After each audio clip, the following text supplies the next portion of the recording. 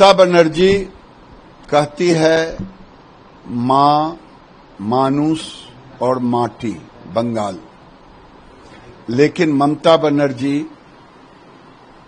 सत्ता के मद में इतनी चूर हो गई है, मां, माटी, मानुष को तो भूल ही गई, अब भगवान श्री राम को भी गाली देना शुरू कर दी।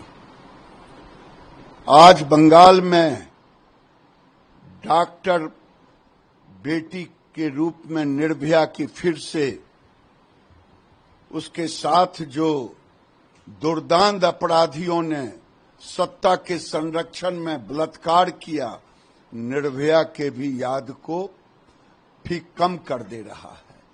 साथ ही साथ अभी खबर आई है, एक युवक का सर भी कटा मिला है। ममता दीदी राम शांति और सद्भाव के प्रतीक हैं, तो वहीं अन्याय रूपी रावण, तिरजटा, तारका, सुपनेखा का भी नाश किया है। इसलिए अब बंगाल में अन्याय रूपी रावण, तारिका, सुपनेखा का वध होना तय है। राम सद्भाव के प्रतीक हैं। आप मां, माटी और मानुष भूल चुकी हैं। कोई और सांसद है? क्योंकि वो जानती हैं ममता बनर्जी की प्रतिक्रिया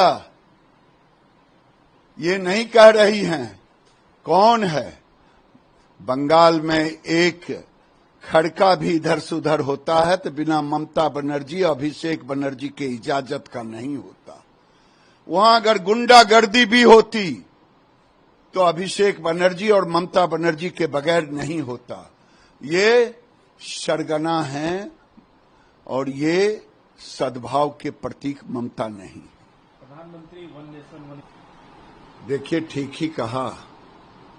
देश में कॉमन सिविल कोड, कॉमनल को भी कहा जाता है इसलिए कि एक खास को प्रोटेक्ट करती है।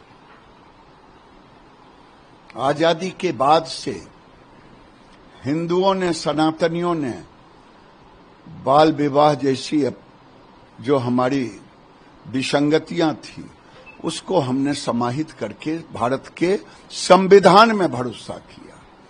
लेकिन ये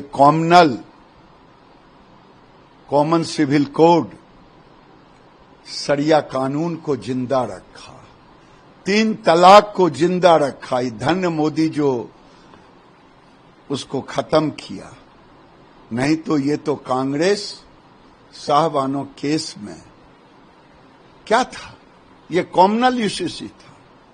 अब आने वाले दिन में सेकुलर यूसीसी की जरूरत है देश को। वन नेशन वन इलेक्शन के लिए तैयार हैं आप लोग? देखिए, हम लोग तैयार नहीं, देश को तैयार होना पड़ेगा। देश अगर विकास चाहती है तो 1967 तक एक देश एक इलेक्शन था। ये जो तर्क देते हैं कुतर्क लोग, उस कुतर्क का निदान भी है।